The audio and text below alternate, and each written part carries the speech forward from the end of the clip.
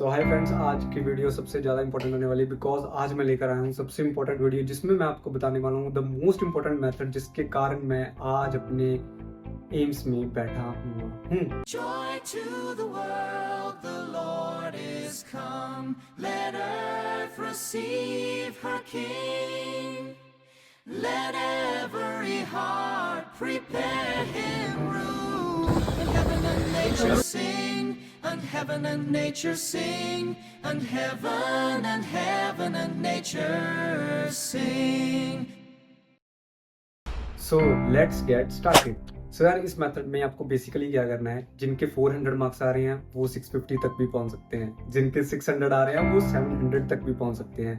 ये इतना best method है, आप बिल्कुल इमेजिन नहीं कर सकते। मैंने भी अपने टाइम पे अपने आप पे फॉलो किया था एंड लास्ट मंथ में मुझे बहुत ज़्यादा इसकी हेल्प हुई थी। एंड मैं आपको बताने वाला हूँ कि आप इसको 1 मंथ में ही अचीव कर सकते हो। मैं ये नहीं कह रहा कि 400 वाला 650 मार्क्स एक मंथ में ले लेगा, बट 400 वाला at the end of the time 650 marks secure कर सकता है। एंड ऐसे ही 600 मार्क्स वाला बच्चा एक 700 स्कोर ले जा सकता है, बट 1 मंथ में आपको इम्प्रूवमेंट जरूर दिखेगी। सो स्टार्ट करते हैं जो अपना सबसे इम्पोर्टेंट मेथड है। सो इस मेथड में आपको क्या करना है, आपके पास एक टेस्ट होने चाहिए, कम से कम टेस्ट का बंडल होना चाहिए जिसमें आपके 6 to 7 to 8 टेस्ट होने चाहिए।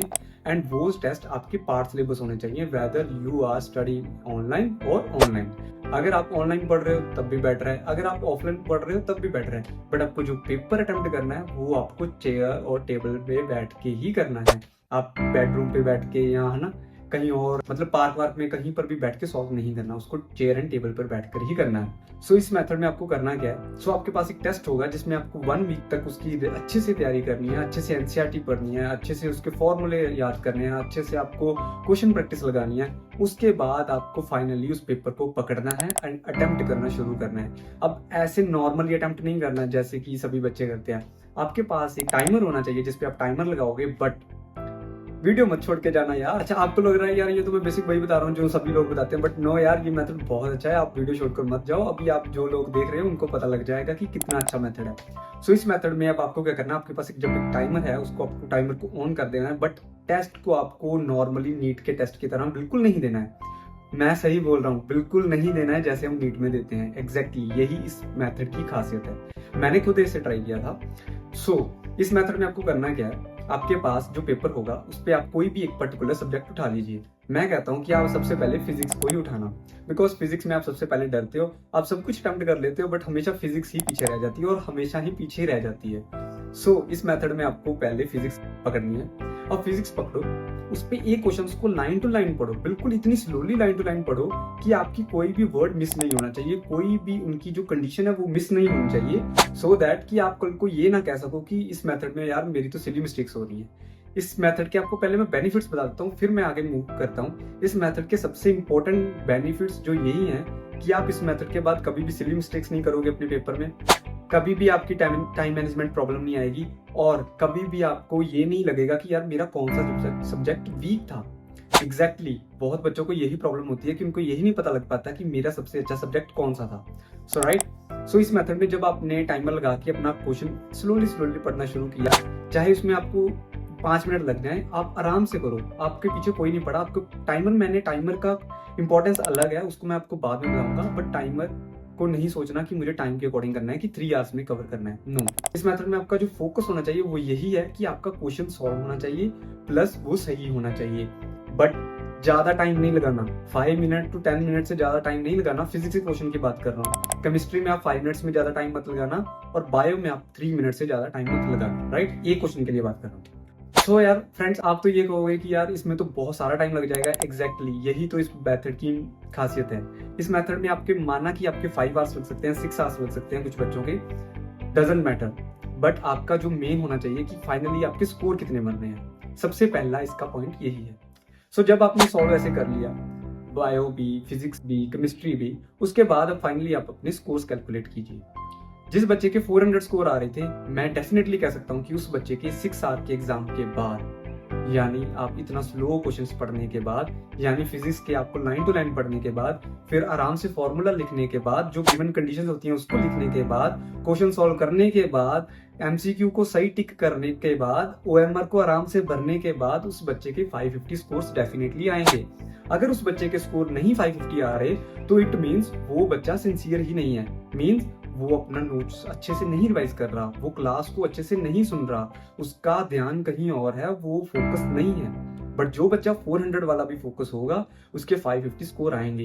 एंड आपको हैरानी होगी कि सच में यार आज तक मेरे टेस्ट में कभी इतने मार्क्स आए नहीं थे और मैं कैसे 550 स्कोर कर रहा हूँ। बट आपके माइंड में एक यही कंसर्न होगा कि यार 550 आए तो 6 आवर के टेस्ट के बाद हैं, बट डजंट मैटर, वो 6 आवर्स को भी मैं बता दूंगा कि आपको कैसे 3 आवर्स तक पहुंचना है। देन अब हम बात कर लेते हैं कि जो बच्चे 600 स्कोर कर रहे हैं अभी फिलहाल जो अपने कोचिंग के टेस्ट में, बट अब वो बच्चे 700 स्कोर भी कर सकते हैं। एग्जैक्टली आपको भी यही मेथड फॉलो करना है। बट मैं इतना श्योर हूँ कि जिन बच्चों के 600 स्कोर आ रहे हैं एटलीस्ट उनकी रिवीजन अच्छी होगी, उनको फॉर्मूले अच्छे से पता होंगे, एंड उनको जो वर्क करना है वो वर्क यही करना है कि आपका माइंड तेज चलना चाहिए। मतलब आपके पास अगर आपने कोई क्वेश्चन को रीड किया है तो उसका आपको तुरंत मेथड पता होना चाहिए, इस क्वेश्चन को सॉल्व कैसे करना है, आपके PYQ किए होने चाहिए। एग्जैक्टली उसके बाद आप अब देखो कि आपने अगर 4 आवर में उस पेपर को खत्म किया है, आप स्कोर कर रहे हो 650 मार्क्स, इट मीन्स कहीं ना कहीं आप अपने टेस्ट सीरीज में, आपके कोचिंग में जो भी टेस्ट हो रहे होंगे उसमें आप कहीं ना कहीं टाइम मैनेजमेंट के कारण आप उसको अच्छे से नहीं कर पा रहे, आपका स्कोर 600 ही चले जाता है due to some silly mistakes और due to some time management issues, right.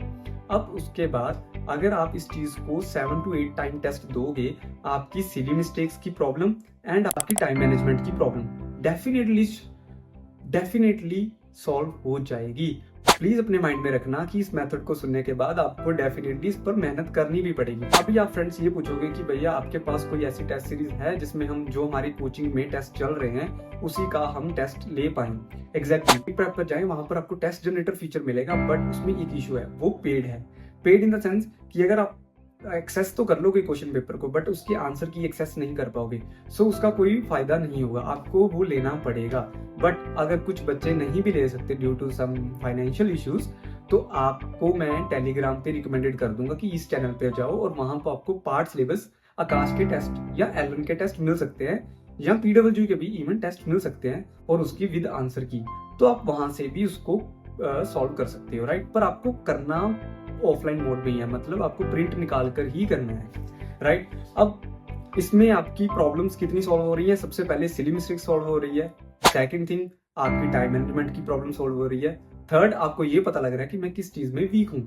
अब जो बच्चे 600 स्कोर कर रहे थे उनको ये काफी खुशी होगी जान के कि हाँ यार मैं 650 स्कोर कर पाता हूँ, but due to some reasons मैं नहीं कर पा रहा। क्यों?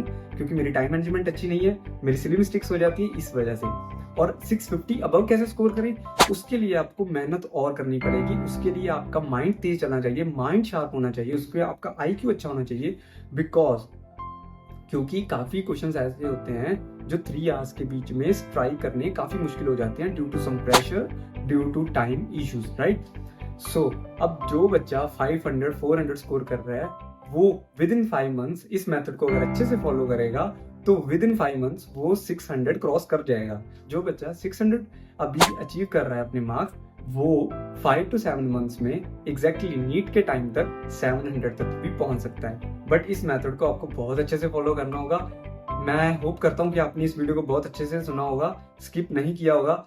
अगर आपने स्किप किया होगा इस वीडियो को तो आपका कोई फायदा नहीं होगा। एंड मैं आपसे यही एक रिक्वेस्ट मांगूंगा कि आप अगर इस मेथड को अच्छे से फॉलो करोगे तो प्लीज 1 मंथ के बाद मुझे कमेंट बॉक्स में जरूर बताना कि हाँ भैया एग्जैक्टली ये तो वर्किंग था। सो होप करता हूँ गाइज आपको ये मेथड सच में बहुत अच्छा लगा होगा। तो मिलते हैं नेक्स्ट वीडियो में, तब तक के लिए रेडी हो जाओ, तैयारी कर लो, नीट फोड़ना है इस साल। Take care, bye bye. Joy to the world, the Lord is come. Let earth receive her King.